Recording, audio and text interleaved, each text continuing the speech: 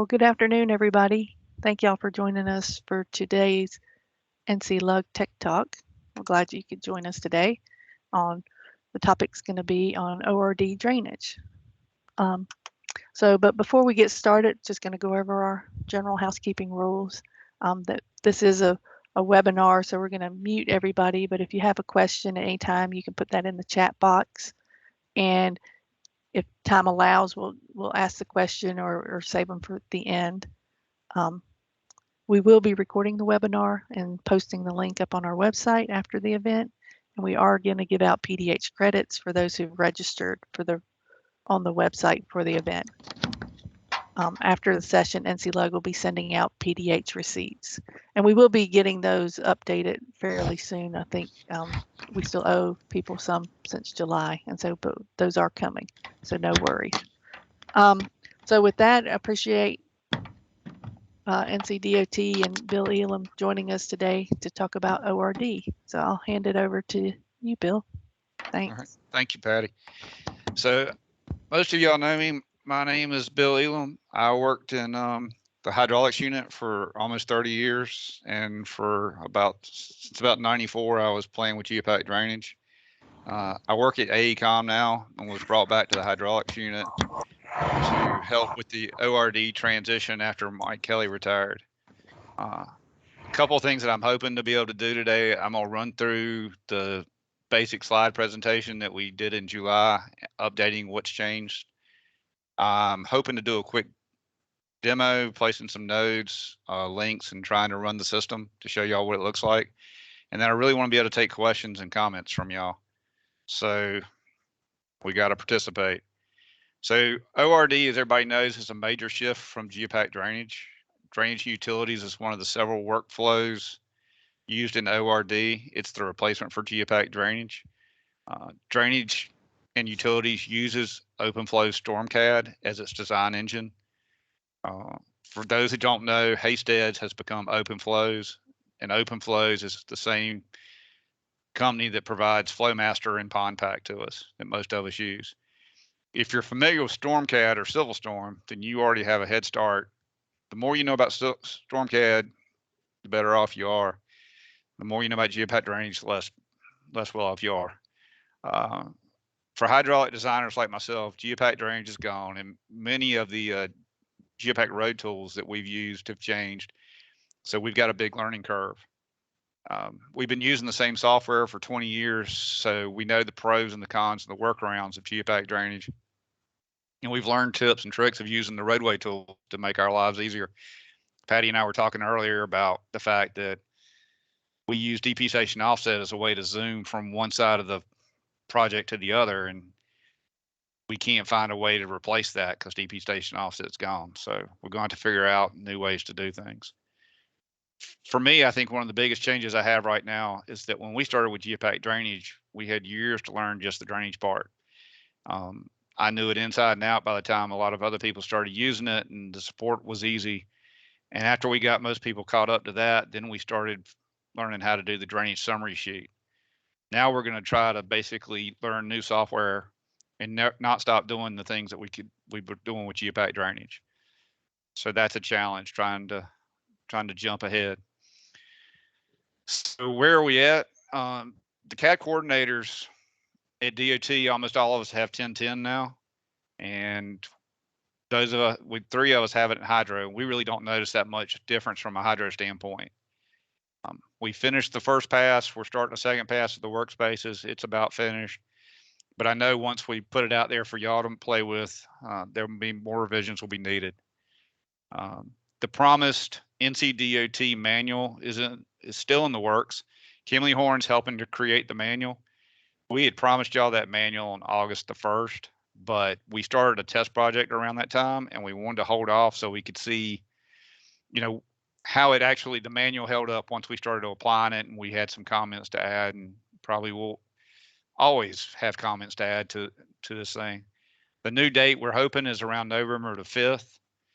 It's going to be a living and breathing document because there's going to be a 10-10-20 version that comes out with new hydro features, and we're going to have to make changes for it.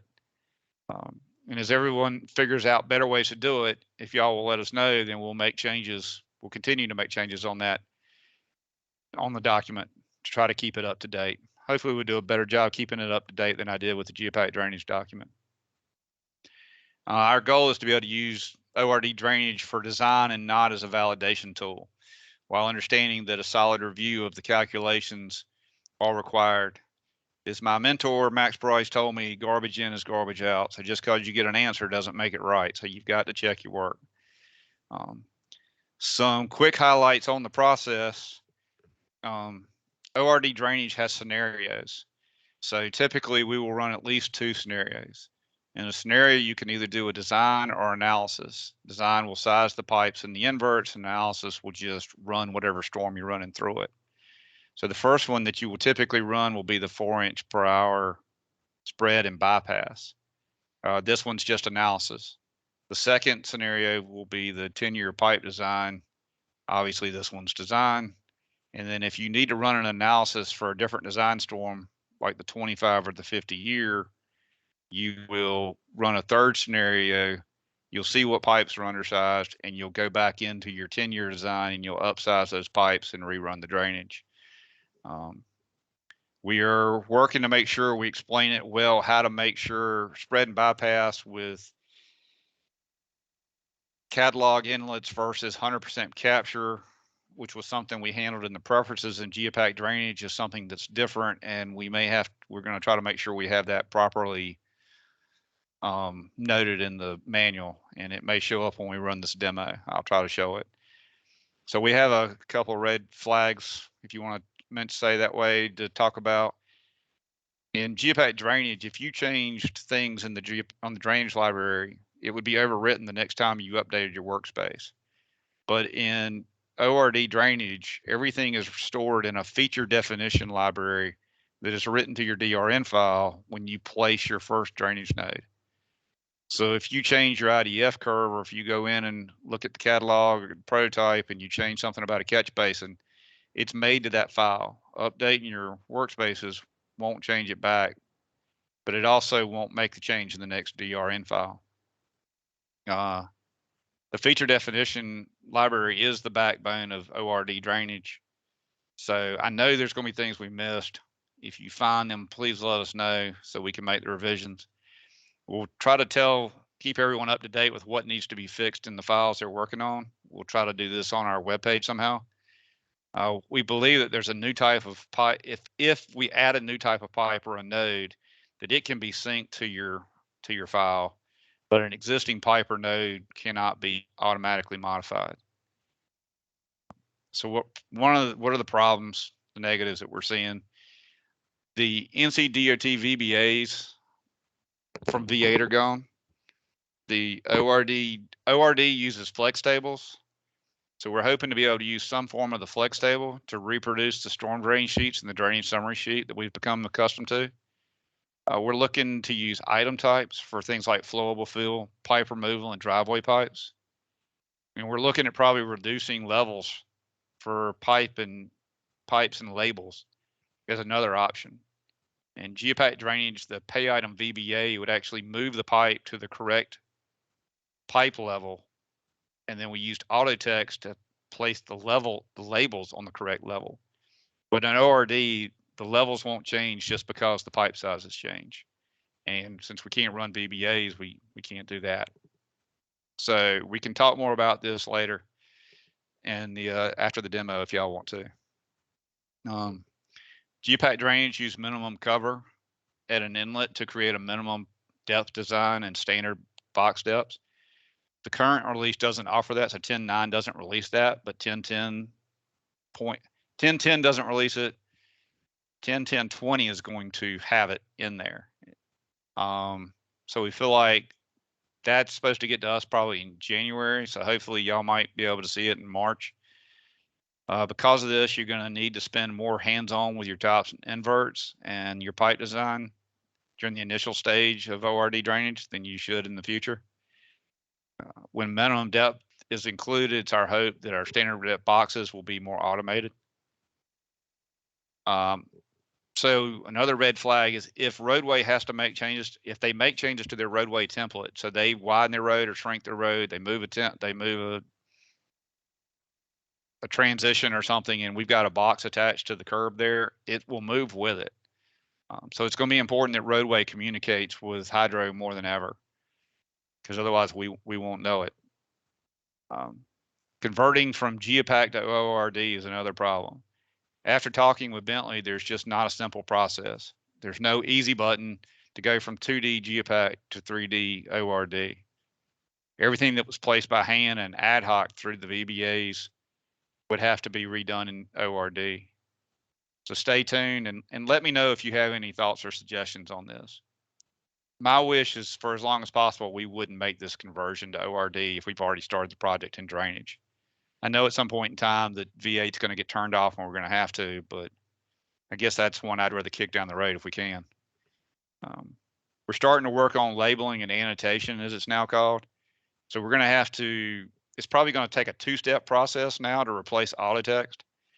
We'll use either annotation element or annotation modeling to label the majority of the items.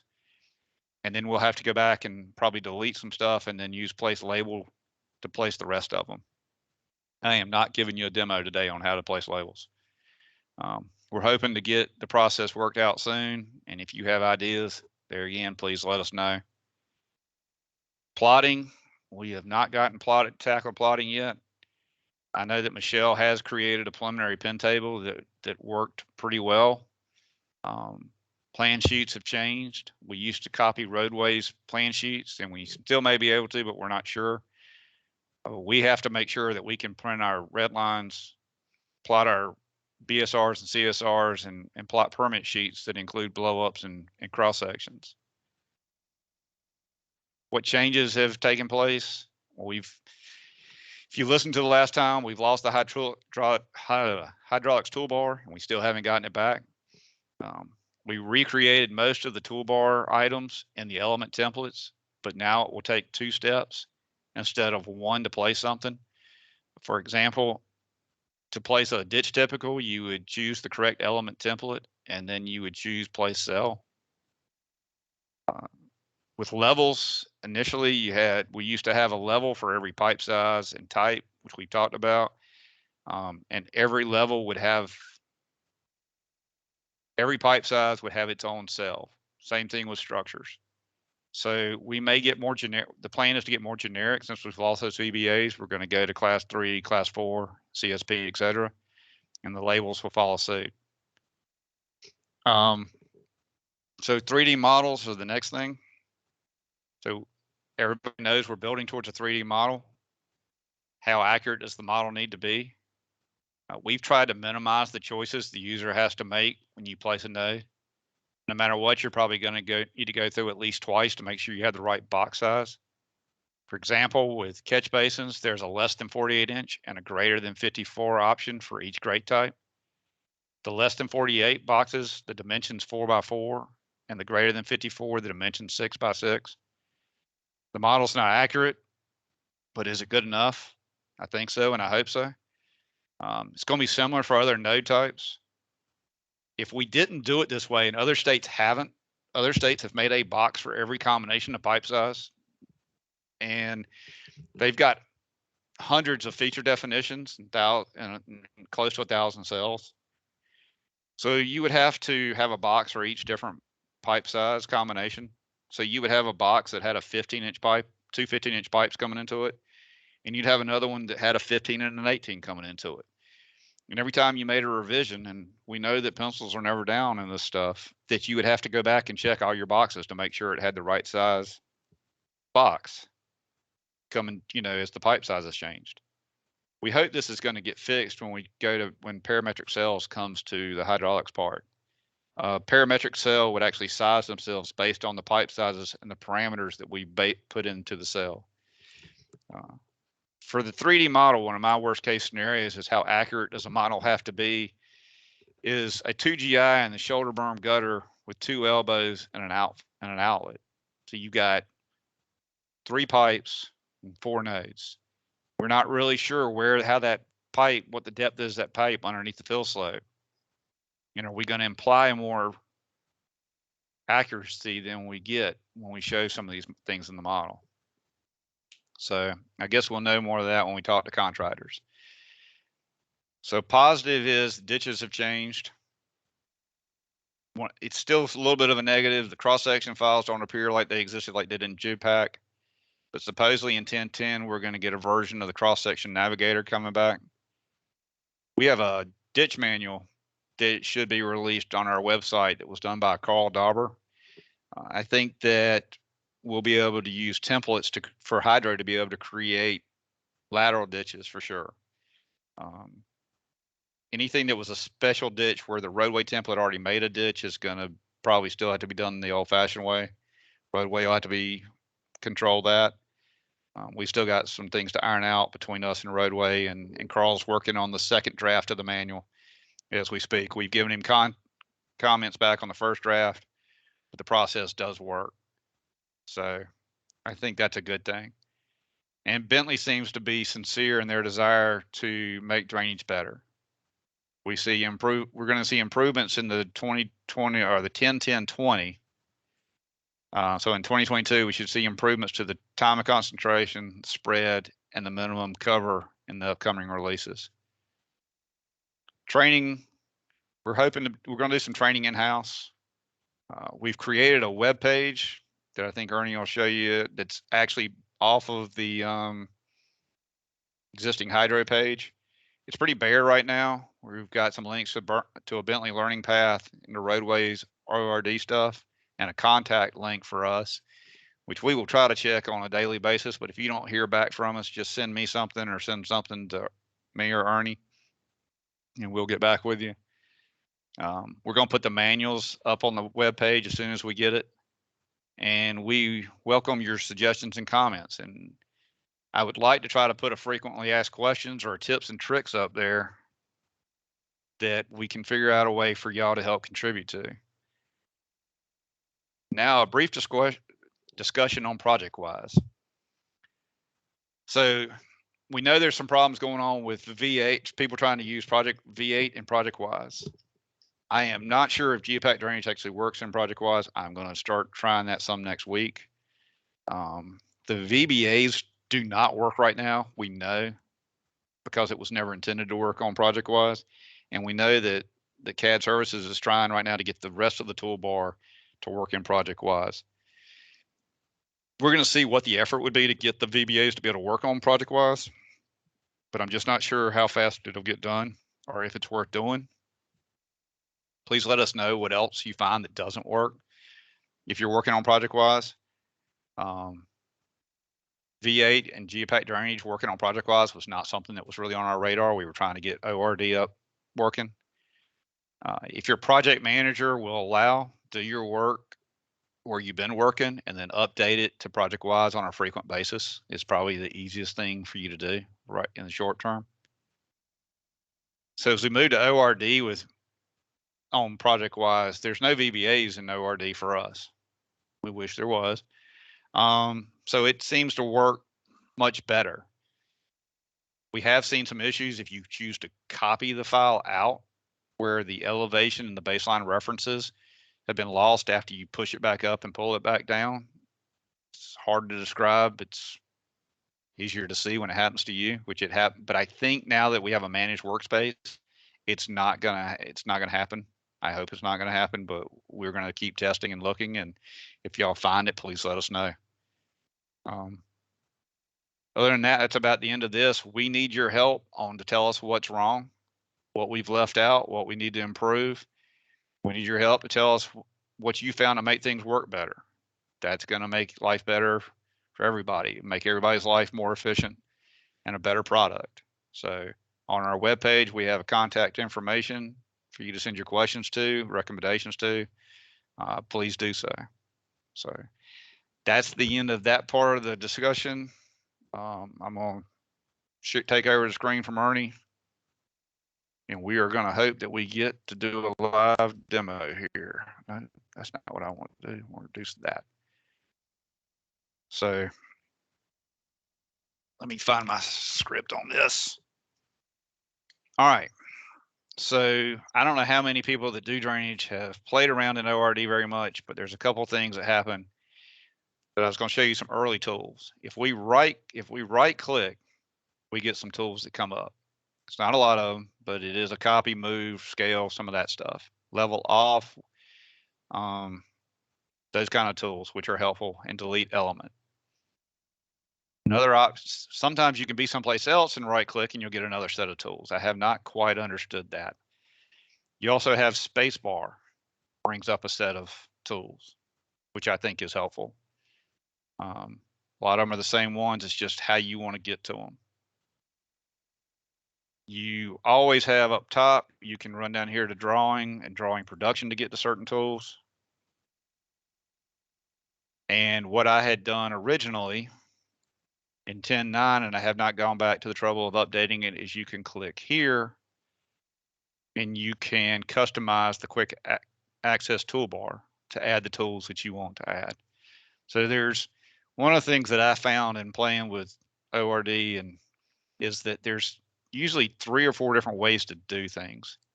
It's going to be up to you to figure out the way you like to do it. There's no necessarily right or wrong way. It's going to be kind of up to you to figure out how you like to do it.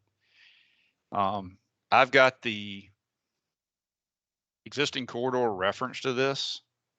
And as you can see, we're getting a lot of contours labeling.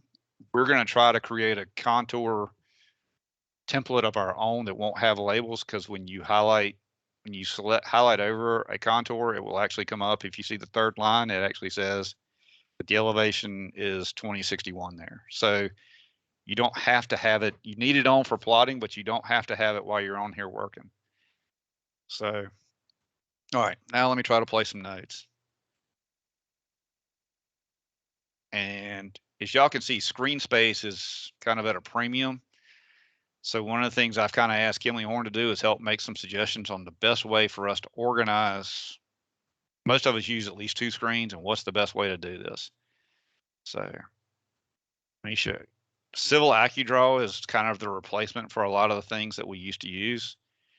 Robert Garrett helped us create a tool that we are calling Station Offset Unlink, and it replaces the tool that was in Geopack Drainage that allowed you to place a catch basin along the curb face. It works good. It's got a defect in it right now where when you shift from an L line to the Y line, it won't let you pick a new origin. We will put this on the web page on how to set this up. We've got the instructions written and we'll put it in there, but it's in the favorites. So we're going to come in here. We're going to pick our box type. We're going to pick our node, go to catch basin. As y'all can hopefully see, we have a less than 54 and a greater than 54 and a less than 48 for the 3 different types. My first one is a G. And you come in here and you're going to put in the structure number. You've got that. We're going to zoom in. Since I'm cheating and know where everything goes right now, I'm going to select my effort. That tells it where my reference is, elevation is. The top line is what the offset is, so we've depressed it 2 inches. So now we toggle down here. We're going to hit O for the origin, and some of y'all know this, and it's basic, but wasn't basic to me at first. So I've now made the L line, and I can type in the station. Nope. And that's what happens sometimes. So y'all, on here, 18 plus 84. Set another origin. So now this is going to allow me to make this offset be 0. Accept it. Now it's going into a rotation mode. I have learned on this thing, if you've left clicked enough, accepted enough, you probably need to click one more time. So we're going to accept the fact that we want to rotate it now. Now it's asking us what our reference is going to be. We're going to go back to the alignment again, and we have the ability to rotate it. We square it up as best we can, and we accept it. Wait a minute, and it came in. So now we're going to go ahead and place the other one to get them both placed at the same time. I'm gonna go up here so I can place that. This is sag.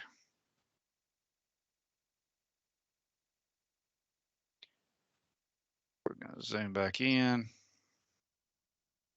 Go back through the same process.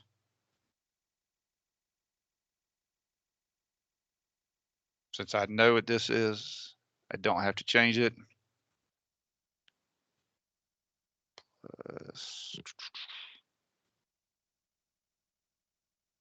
There, 0.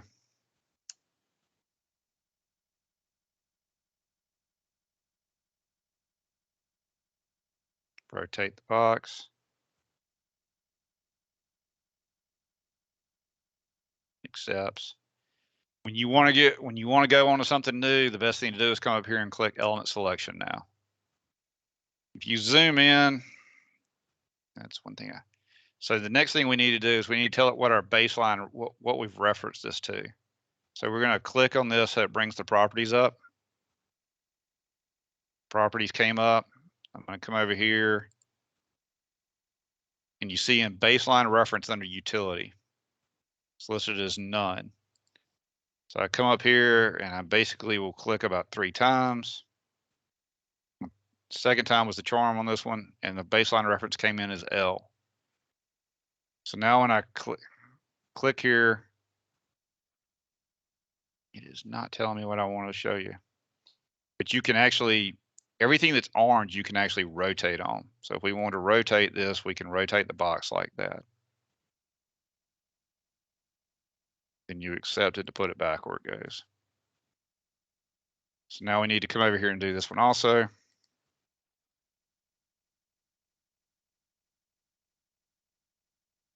There is a way to do this when you're placing the box the first time, but to me, it's almost, other than I forget about it sometimes, this is almost easier. This is the easier way to do it.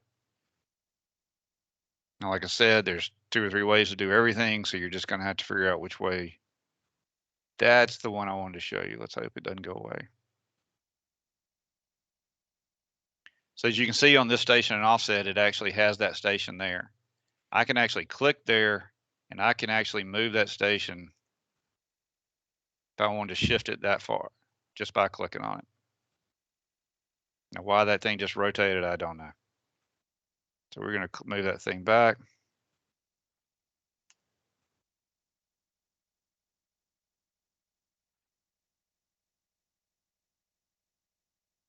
All right. So the next thing we typically had to do in geopack drainage was when we were filling out those boxes, we always said, hey, this is draining, box 409 is draining to box 410, and we still need to do that.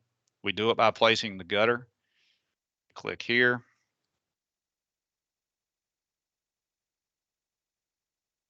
It's going to work. All right.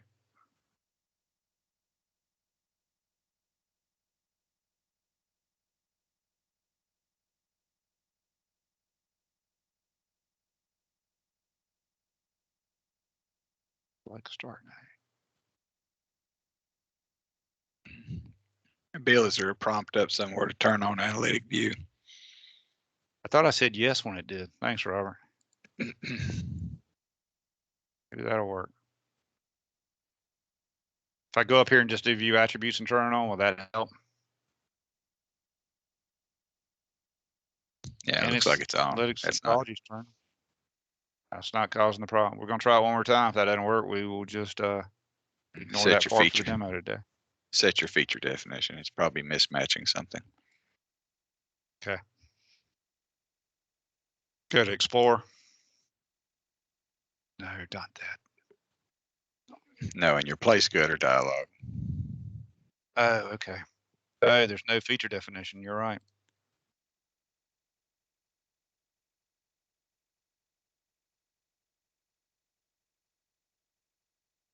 That was nice. It worked when I went through it the first time. So you would typically go in here. In this case, I know they're all our standard ones, 2'6". And we got to find, that's our gutter. Now you'll see it. Thank you, Robert. Come in there. So now we've got a gutter in there. Now we need to close that. Now we need to do the drainage areas. So we're going to place a catchment. Now, I've cheated, and I think most of us probably do this anyway, that we're going to use shape. We're going to draw shapes and then come back and do it. There is a automatic delineation. We're going to have to play with that a lot more before we know whether or not we trust it, and each one of that's up to you. So we accept the fact we're going to select a shape.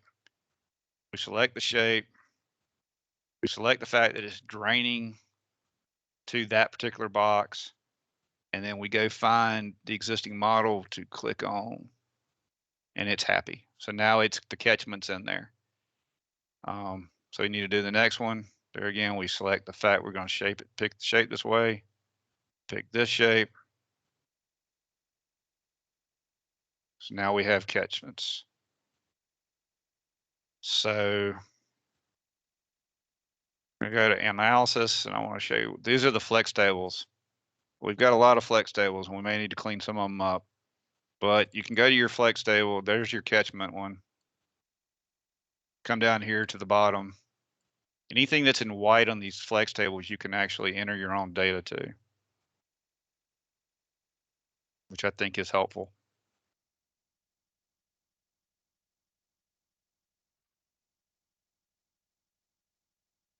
And there's more one way to skin the cat. So like I said. All right, so we've done that particular one. So now we want to run a scenario. We're going to we open up Scenario Manager. We're going to make this one the current one. We're going to make the 4 inch per hour the current one. Show you some properties. You can always right click on this stuff and look at properties. We want to make sure the physical is set to catalog inlets. That means that bypass will happen. If it's for some reason it looks like it's setting at % capture, then we need to go into the flex tables and fix that. Our rainfall runoff here is set for 4 inches per hour. So that's all good. And it's also the calculation option is set for analysis. But we will now click on the green arrow, which will run it.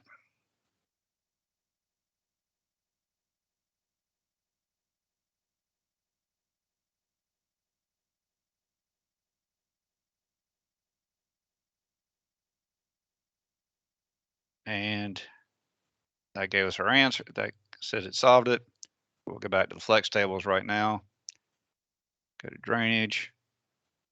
We have Charles Smith was very nice and built us inlet comp sheet stuff.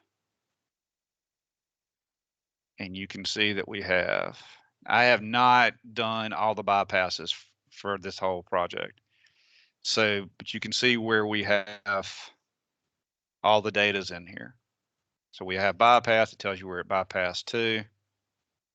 So we're not sure all the numbers are just the way we think they should be if we run them against Flowmaster, but we've got more testing and we'll figure that out. So I'm going to close this at this point. We're going to go in here. I'm going to close this real quick.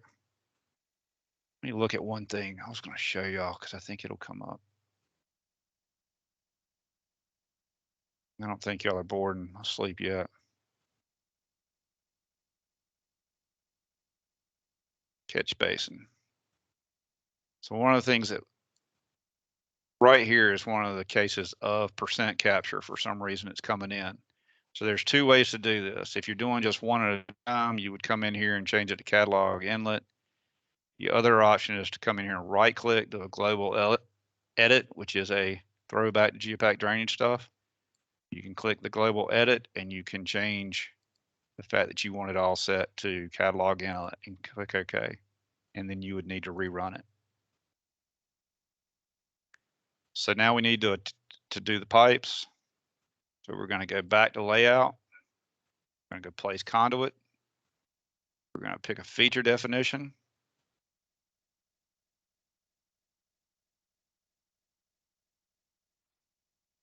I'm going to usually just default to class 4 to start with. And then we're going to start placing. There's snap points in here. You can see the errors come in. All right. All right. Hopefully most of y'all taught yourselves when you do this kind of stuff.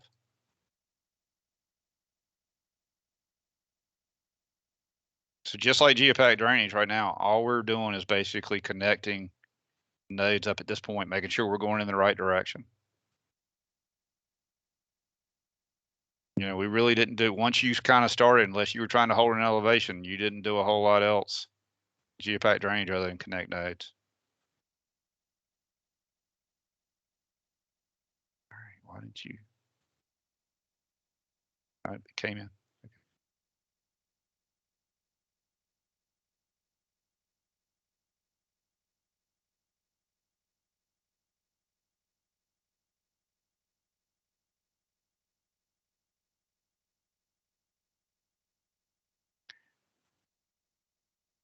We know this is what the outfall looks like in 2D right now.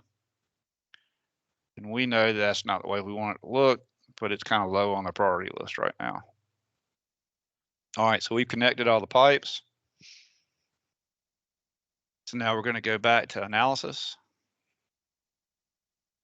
You're going to go to your scenarios, and the way I just like to do this is, and as I said, there's other ways to do it, is I go to scenario manager. I'm going to right click and say make current. And then we'll compute.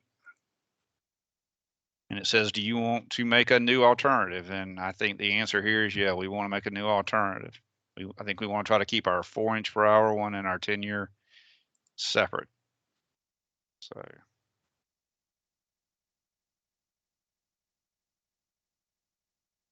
10-year design.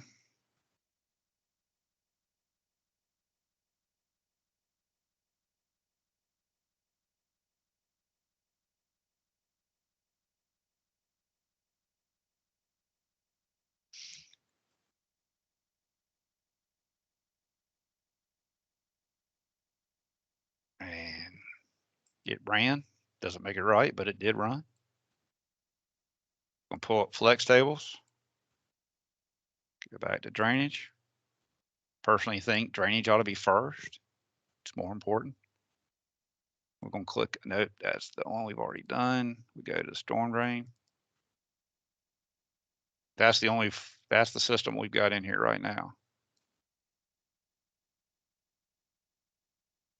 So it sizes your pipes. That makes no sense. Obviously, we've got some issues and we're not going to troubleshoot them. The funny thing is, I did it earlier today on another exact same copy of this file, and I didn't get these negative numbers. So not totally sure why that's happening. I think right now is the time to be figuring that out. But we will figure it out. One of the things you can do, this table's, I got to go back into the features library and change this. But if you go up here to units and formatting on these tables, you can come in here and change this to acres. You can make that go to 2 decimal places and the corrections are made. So that is how that part works. We have another tool that we are hoping to basically take better. Robert may have shown this to me. I'm not sure who it was that showed it to me because I certainly didn't find it myself.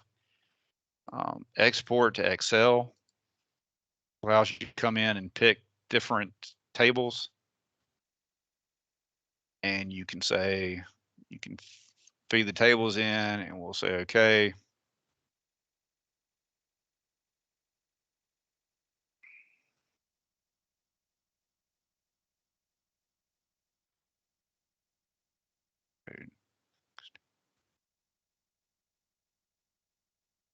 Create a new version of this.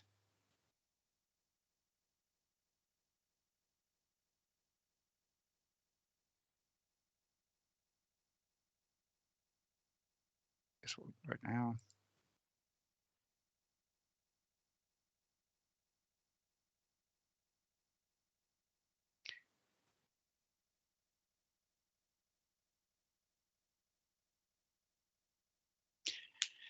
What these If it doesn't work, what it typically has been doing is it kicks out a spreadsheet with everything we've got loaded in it. So there's tabs for everything down at the bottom. And then what we're hoping is the guy that helped us write the VBAs for geopack drainage can basically take those Excel spreadsheets and write basically another Excel spreadsheet that'll read those and get it in the format that we're used to, not only for inlet comp sheets and storm drain comp sheets, but also for the drainage summary sheet. We've got to be able to give him more runs, more data to be able to process, and he's got to figure out how to make it work. This one, I really do want him to try to be able to make it work on ProjectWise. And I don't know how much he knows about ProjectWise. Y'all may feel like it's not a big deal, and maybe that's one of the things y'all need to let us know. Do you think it's a big deal to basically still have I think the drainage summary sheet's not a hydro person's control. But maybe tops and inverts is. So there's that. So this was being run on ProjectWise, so it does work.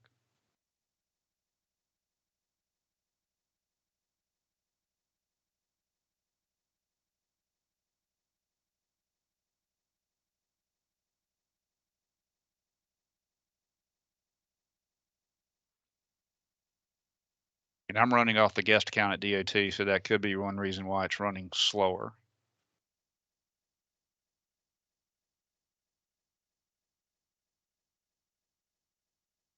It does not look like it brought in all the tabs. But before we give it to y'all, we will try to have more of it debugged. Oh, there it goes. So you've got tabs down here for pretty much everything that it can do. So we're hoping that if we can get down to here, that the programmer will be able to read it and simplify it, write a spreadsheet for us. So that's what I've got. I'm hoping y'all have some questions or comments, and I'll answer them as we now. All right, thanks, Bill. Yeah, there's a couple questions in the chat box. Let's see. So Oak, I guess, pointed out, I guess, where you might find the DP station offset, I guess, analyze point or civil AccuDraw. Okay. I think I can see how to use civil AccuDraw. I know from to draw lines from a station to a station. I'm just not sure if we could use it for the zoom tool, like at least I used to use it for. So yeah. But that's somebody wanted to know, can you import a GDF file to SS10 and then open the SS10 DGN in ORD? I don't know. Like I said, the feedback that I got from Bentley is importing the GDF in, and I think Michelle has played with this also. It's not simple. It doesn't seem like it's not seamless.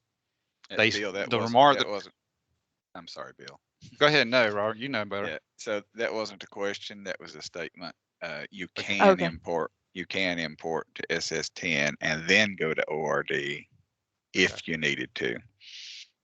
Okay. All right. I don't know how many, I guess now, like in hydro, our DOT didn't go to SS. They're staying in SS2 and SS4. But I think a lot of the consultants did go to SS10. Well, 4 and 10 are the same. Are they? Okay. Yeah. Okay. All right. Thanks, Robert. Somebody was commenting, I guess the drainage cell libraries for DOT are really large, some over 150 megabytes, and it seems to slow down the opening of the DGN files. So it seems that the cell library size can be minimized, would probably help opening. And a few people, I guess, concurred with that. Okay. I guess we need more discussion on that. What we did try to do, but it should be out there now, is we went through the way the original 2Ds were made is they sliced from the 2D, which I think is what's recommended, but it made them have a lot of extra elements in it. The 3D cells were made with a lot of detail. Yeah. And they look really good, but it does make the file sizes bigger. I mean, if you go look at some of Florida stuff, it's even more detailed than ours. So I don't know I don't know. We can Yeah. look at it. It's just not high on the priority list right now. But I do That's know right. that it does make the files big. Florida went so Yeah. much as to draw the Florida emblem on their manholes. Oh, wow. So Okay. they're And then I pretty, think, just like ours are pretty.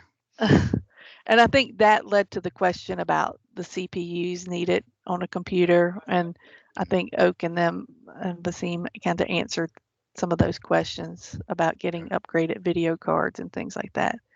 The machine that I have I have a i7 with a solid state drive and 64 gigs of RAM. And I don't really think mine runs that. Mine doesn't run that slow. I mean, when I'm plugged into to an Ethernet cable or running off of good Wi-Fi. So I know most of the DOT machines seem to have 32, and they Okay. run reasonably well. What are the output options for a flex table? So it looks like it'll export to a CSV or it will export to a shapefile. So that's why we prefer the export to Excel option. So if I go back and open up here, we go to here, because actually that's not a great example. If you right now, the way it was originally figured out that they could, before we knew about the other tool, was to do a drainage summary sheet. You were going to have to go through and open up each one of a catch basin one, a manhole, an outfall, conduit, and a head wall table. That would grab all of them, because they won't let you cross them, or I haven't tried. So, but I assume that because Charles didn't do it, he could have. This is acting different than it does when it's normally on a machine. But CSV and shapefiles, typically what it's allowing you to kick it to. Is that correct, Robert? You can also do a XML.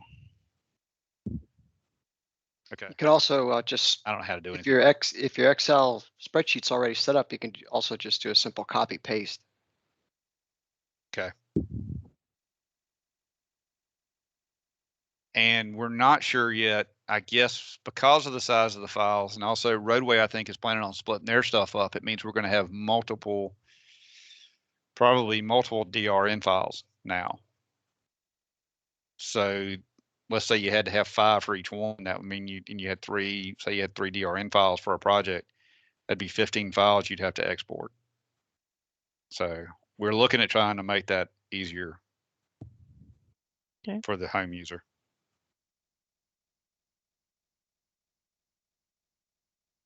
Did I answer that question? I think so. Okay.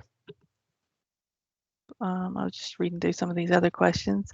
Have you tested a larger system? Have you seen issues with stability? We haven't tested. Robert made it. We had tested some bigger systems on projects that were about 2 years old, and we were getting funny answers anyway. We think some of that was just the age of how much we've changed from then to now. Robert made us this. This is the first system that I kind of run on this one. We've been battling feature definition libraries and stuff like that, but so we don't know. And we certainly don't know we're getting ready to. Oak and Roadway have created 2 new test files that we're going to start trying to do some bigger systems on, and we'll see how those go. I certainly don't know how we're going to do it on an interchange sheet where we've got 100 inlets on it, how it's going to do. Can you show us the 3D model? I can with Carl and Robert's help to an extent. I'm going to right click, view control.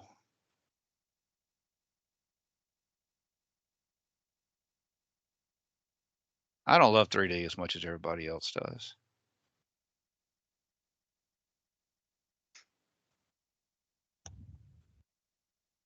Don't crash. There we go.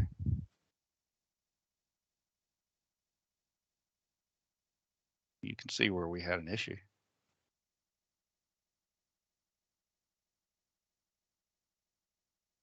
If anybody has a question, feel free to raise your hand or type it in the chat box. There's one. Look. We do have an upcoming another workshop planned, I think December 8th, and it's going to be on ditch lines. Bill, Yeah, I so don't know if you want to elaborate on that a little Carl's bit. going to show how to do, he's going to give a demo of the manual basically on how we're going to basically be able to build the templates from a hydro standpoint, which we've never been able to do particular before. focus on ditch intersections in particular. How to model in the intersections of ditches. Okay. So it doesn't look near as impressive when the box is 2,000 feet deep, but we're just not playing that much in the 3D. It looks pretty. You got to turn some levels off so you can see some more stuff and make it more or you can do a different view. I think Michelle usually does the just a regular lighting. Like I said, this is not playing in the 3D has not been one of the big things I've done. So. And I assume that you haven't, I mean, I know utilities work with utilities for conflicts and things like that. I'm sure you might not have gotten that far yet. No, I know that Robert's looking at it. That's one of my concerns, and it's always been one of my concerns, is that utilities isn't located a lot vertically very well until they do the SU data. So, you know, and even Emery and I've talked about it to an extent that the SU data is only really as good as right there where the shot's taken. There's no guarantee that that utility runs on a straight grade between 2 points. So it's great to have, it looks good, it'll raise some conflicts, but it's all got to be taken with a grain of salt. Yeah. You know, and that's part of why I resisted basically creating so many boxes for whether they would, this box is too big and is it going to hit and it's oversized and it's going to show some false conflicts. But until that utility is correctly located, or we know they're going to retain it, it doesn't always seem to make enough sense to basically design around it. If that makes, I hope that makes sense. And I'm not trying to say that we're not willing to, you know, from a hydro standpoint, we're not willing to do more of it, but it's just the hydro guy needs to make sure he's putting his effort into, you know, the time and effort into what he needs to. Yeah. When the crunch is on, and then once utilities is able to get from the utility company what they're going to retain and what they're going to get rid of, then we'll go back and have to address the stuff. Utilities would love to tell us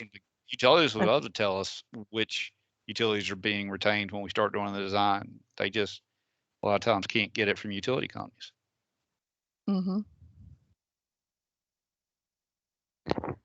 Somebody asked the question, will the ditching process also be able to create stormwater basins? I think that you could. Go ahead, Carl. I just responded in the chat. You can certainly do grading for ponds and other nonlinear shapes with ORD, but that won't be covered in the upcoming tech talk. That would be I think a separate, separate subject matter. At one point in time, we used Geopack Site. I know Brian Edwards had written something in-house for Geopack Site that would help us step through basically for energy dissipators. So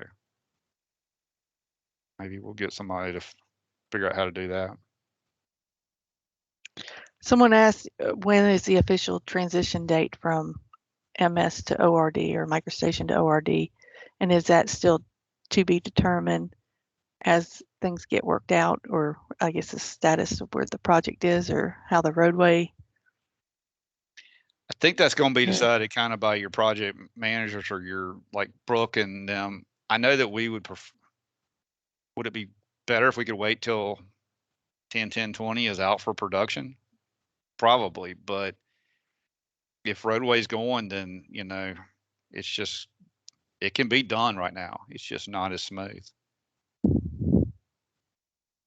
But you know, the more time we can get, the better. That's kind of above my pay grade, I think. Does the process take longer, or you think it'll be faster once people learn it? I mean, I'm sure there's a learning curve.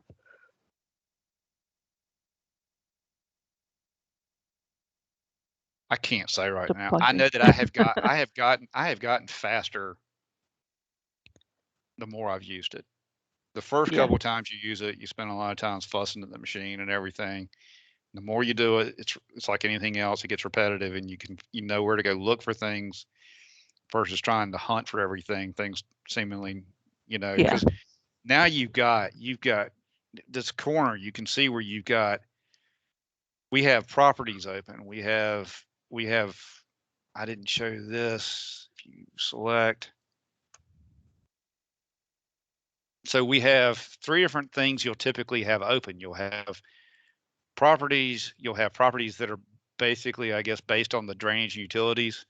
So you have a utilities tab and a drainage tab.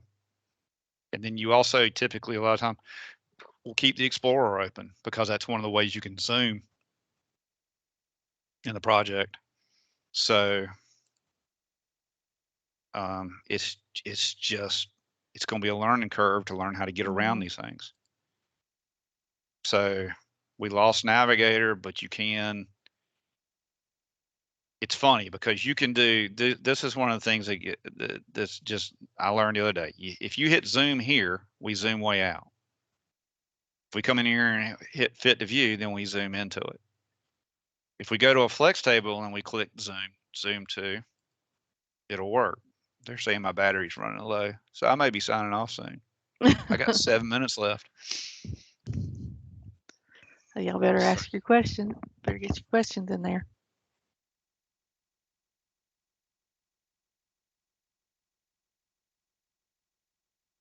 They've had enough of me.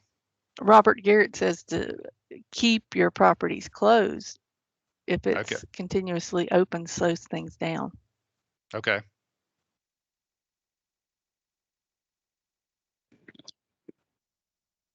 Hey, Bill, can you clarify the multiple DRN files mentioned earlier? Well, if y'all, I thought Han and James the other day were talking in the test projects that they may have to make multiple, I guess, files for y'all due to the complexity of the project. I mean, y'all may break the project up. So if y'all do that, we don't know with the size of the files because of the cell library file size, if we're going to have to break up systems or break up the projects into multiple DRN files. We won't know till maybe when we work on one of these new test files. Okay, I hope you guys don't have to, but we'll see. Hey, Bill, did that 100 box limit go away? No, No. Okay. 100 inlets. Wow.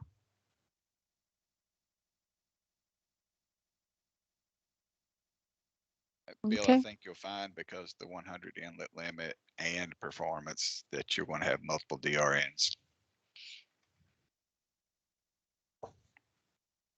Yeah.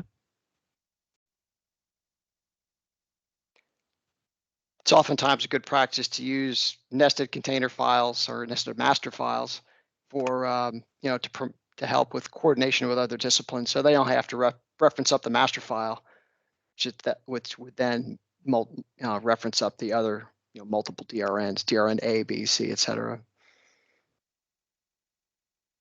Sorry to say, Bill just let me know that his computer shut down. Oh, okay. So That was less than 7 minutes. Maybe he could call in the number, but I think we're right at 1 o'clock anyway. But I'm sure he would welcome any emails or comments that you have. I'm sure you can send to us or Bill. Thanks everybody for joining us today, and thanks Bill for presenting, and Ernest. We will be putting the recording on our website, and again, like I say, we look forward to having another presentation on the ditching intersections in December, and then hopefully, come next year, we'll have some more of these drainage ORD topics to present to, and maybe even get some hands-on workshops coming up. But with that, I guess I will bid y'all good day and thank y'all for joining us, and hopefully we'll talk to you soon. And if anybody has any other information they want, you can reach out to us at events, events at nclug.com. Thanks everybody.